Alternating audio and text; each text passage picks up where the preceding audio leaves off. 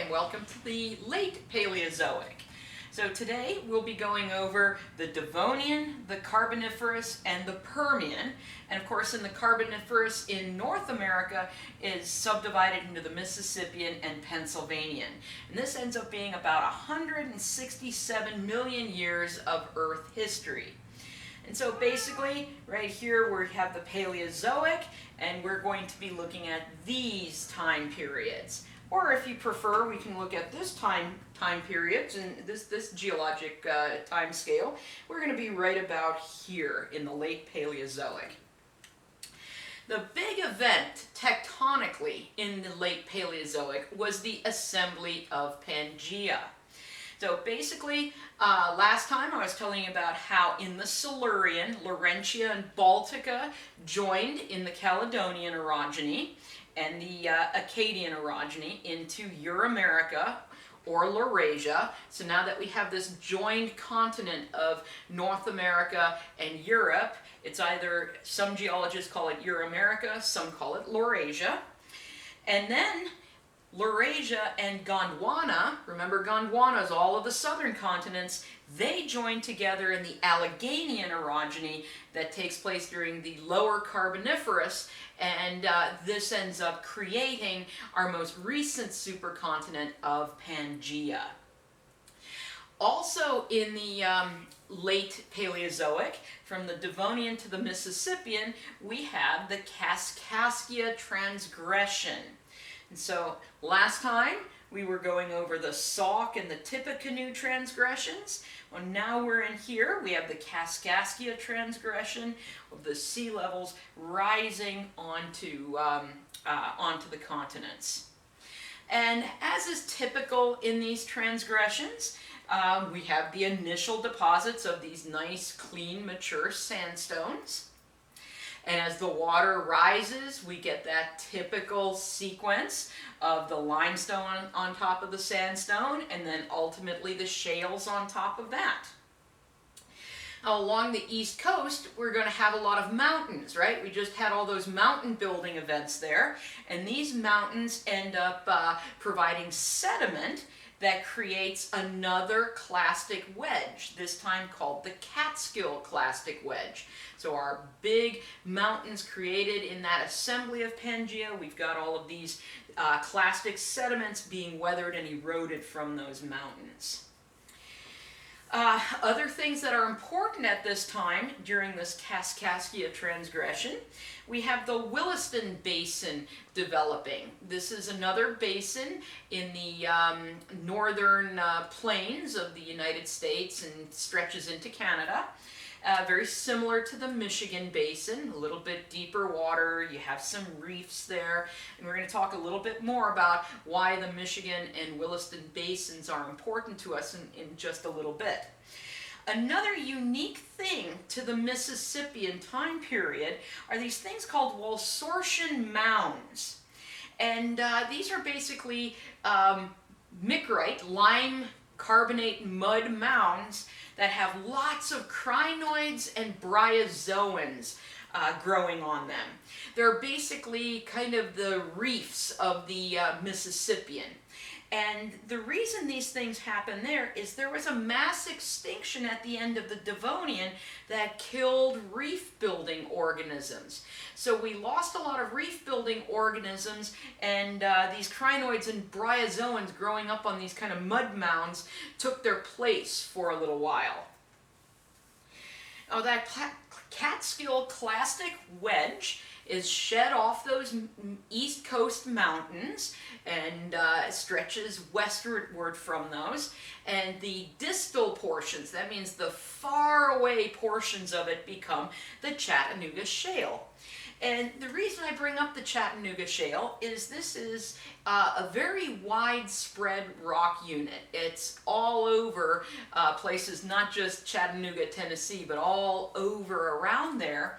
And because it's very widespread and it's also easily recognized, it's a very distinctive black shale, it's used in correlation of rock units around.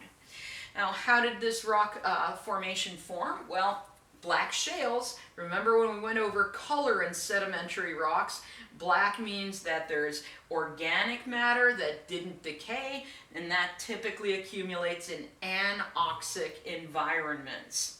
And this is because we had some high sea level at that time, and so we had some deeper waters that could become anoxic. But the surface waters in this transgression had plenty of oxygen in them. They were nice and clear, and phytoplankton thrived in there. But of course, when the phytoplankton died and sank into those deep anoxic waters, that organic material could accumulate and help make this black Chattanooga Shale. Now, on top of the Chattanooga Shale, we do have something called the Great Mississippian Carbonate Bank. And a carbonate bank is simply a large area where you had significant limestone formation. And in fact, these are very fossiliferous limestones that in some places are over 700 meters thick.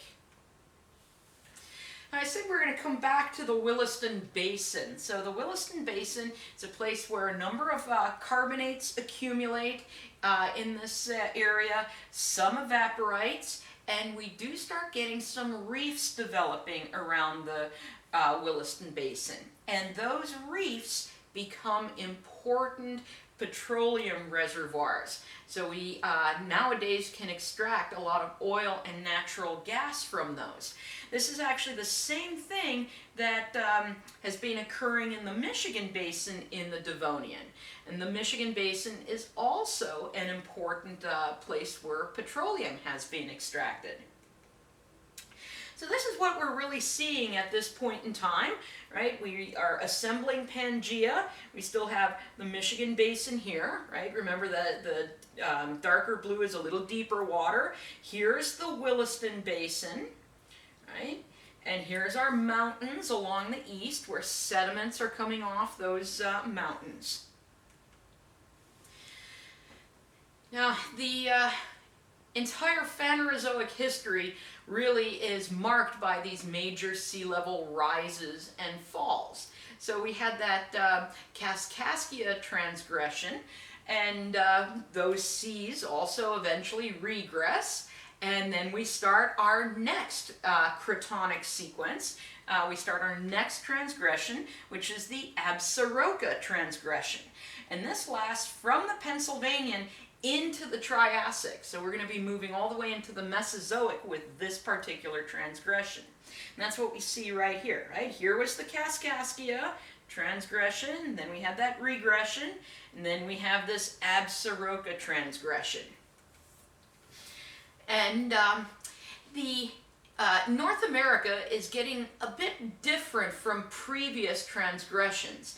In previous transgressions, almost the entire continent was flooded. But now, with those mountain building events in the east, this is changing. So now the eastern U.S. is actually mostly terrestrial rocks. In the central United States, you have some terrestrial rocks, you have some marine ones, because that's really where the edge of this sea was. And in the western U.S., that's mostly underwater during this transgression. And this particular transgression is marked by something that we call cyclothems. These are a unique cyclical deposition of rocks. We'll go into those in just a second, but this is basically what's happening during this transgression. There we've got all of those mountains, so terrestrial over here on the east. Here's the central U.S. where we have some terrestrial but also some marine. And then we move into the western U.S., which is still covered with much of the ocean. So let's look at those cyclothems. They're a distinctive pattern of sedimentation common in the Pennsylvanian. We see them repeat over and over during the Pennsylvanian. And what they show, you have non-marine and then overlying that marine rocks. And these can be correlated for long distances. So this is something that was affecting large areas of the Pennsylvanian North America. And these contain coal. So what do they represent? They're a cyclic transgression-regression of the epicontinental seas. But they're not the same thing as the Protonic sequences, right? The overall Absaroka transgression is this major rise in sea level, right? These are smaller rises and falls and rises and falls. So these are kind of smaller scale transgressions and regressions that are happening. And they typically look like this. You have your non-marine rocks, like maybe some fluvial sandstones or maybe some coastal sandstones. And then as sea level rises, we get coal, then we get some marine rocks, and then there's usually an unconformity, and that unconformity formed as the sea level dropped and everything was exposed above sea level, so erosion could happen, and then we repeat the cycle, right? Go from terrestrial into marine, and this happens over and over and over again. And why did something like this happen? This is where I'd normally ask, why would something like this happen? This would happen because of a glaciation at this point in time. Ice ages are overall cooler periods that are punctuated by many interglacials, like what we have now, these warmer time periods. And so what you're seeing is sea level responding to the amount of ice that we have during this glacial time. We'll look into that in a little more later. Tectonically, the eastern United States is not the only place that has mountains being formed at this time in the late Paleozoic. The collision of Gondwana and Euramerica, I mean, this is a massive collision of these two really big continents. And this actually created stress in large areas of North America. And some of those stresses were sort of projected inwards quite a bit in the continent. And in the area around the modern Rocky Mountains, we ended up getting uplifts and basins developing because of these stresses. And since it's in the area of the modern Rocky Mountains, we call these the ancestral Rockies. They happened before. They're the ancestors. And we have a bunch of uplifts there, the Uncompahgre, the Pedernal, Amarillo, Wichita, and Defiant Zuni. Those are all uplifts, basically like small mountainous areas. And then separating those were basins, including the Paradox Basin, Palo Duro, Central Colorado, and Permian Basin. And that's what we're seeing right here on this map. And so you have, these are the uplifts in those kind of brownish colors, and in blue, those are the basins developed between there.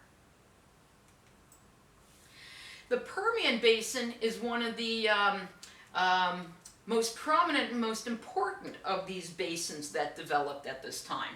This is actually a three-pronged basin, and so it has kind of three sub-basins, shall we say, the Marfa, the Delaware, and the Midland Basin.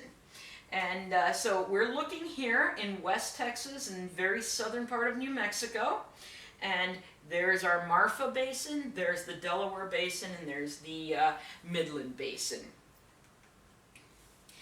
And in these basins, we get different sorts of rocks being formed.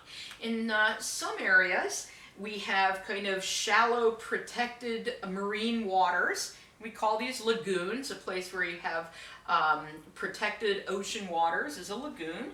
And we have some limestones, some red beds, some evaporites forming in those areas. At the edge of these basins, we have reefs forming. And then in the open part of the basin, so the area that's not protected, we have limestone, shale, and sandstone being deposited.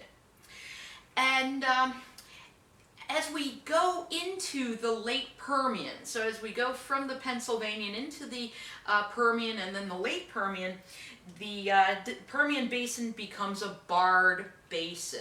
Remember, that's what happened with the Michigan Basin. When that occurs, you don't have that circulation with ocean water, and so you can start getting hypersaline circumstances, right? The water can get extra salty because we have lots of evaporation, but no fresh water, or at least even typical ocean water being brought in there.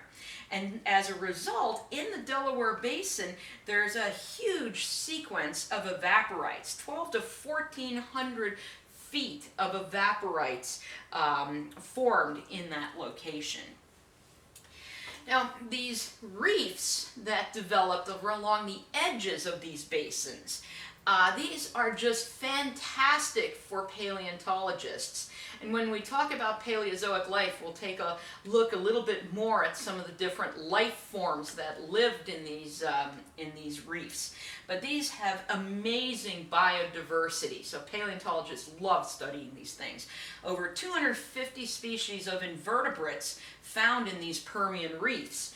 And that's not counting the vertebrate like fish and other organisms that might be found there.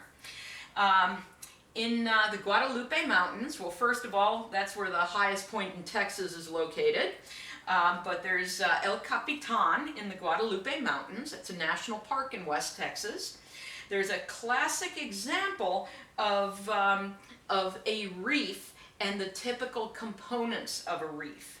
So when you look at a reef, you have what's called the reef core. And that's the reef building organisms. And I said organisms, I didn't just say corals, because there's a lot of different organisms that go into building reefs. It's not just necessarily corals. And then in front of the reef, where it's kind of like between the reef and the open ocean, that's called the forereef. Well, here you have the ocean waves hitting the reef. So you get a lot of debris and kind of broken up bits of the reef and talus from that wave action. Now behind the reef, this is called the back reef area. There's still water there, but that area is protected from wave action by the reef core.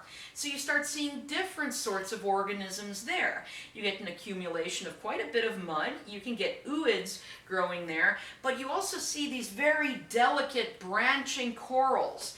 And these branching corals can't grow in other locations because the waves would break apart those delicate branches. But in that protected back reef area, you can get those kinds of corals. And in this protected area, you just happen to have lots and lots of different life forms. And so that's really why, like I said, paleontologists love going to these Permian Basin reefs, simply because of the biodiversity that's preserved there. This is El Capitan in Guadalupe Mountains National Park, and you can actually hike around there and you can see many of these very interesting fossils. And here's the one of the reefs that encircled the basin, and it's at the surface in some of these mountains if you go to West Texas, but it is underground.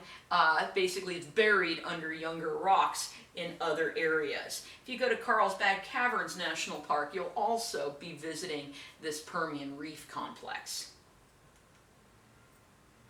And so there's our Permian paleogeography. We still got our mountains over here on the east. We've got some of our ancestral Rockies going on in this area, and there's our Permian Basin.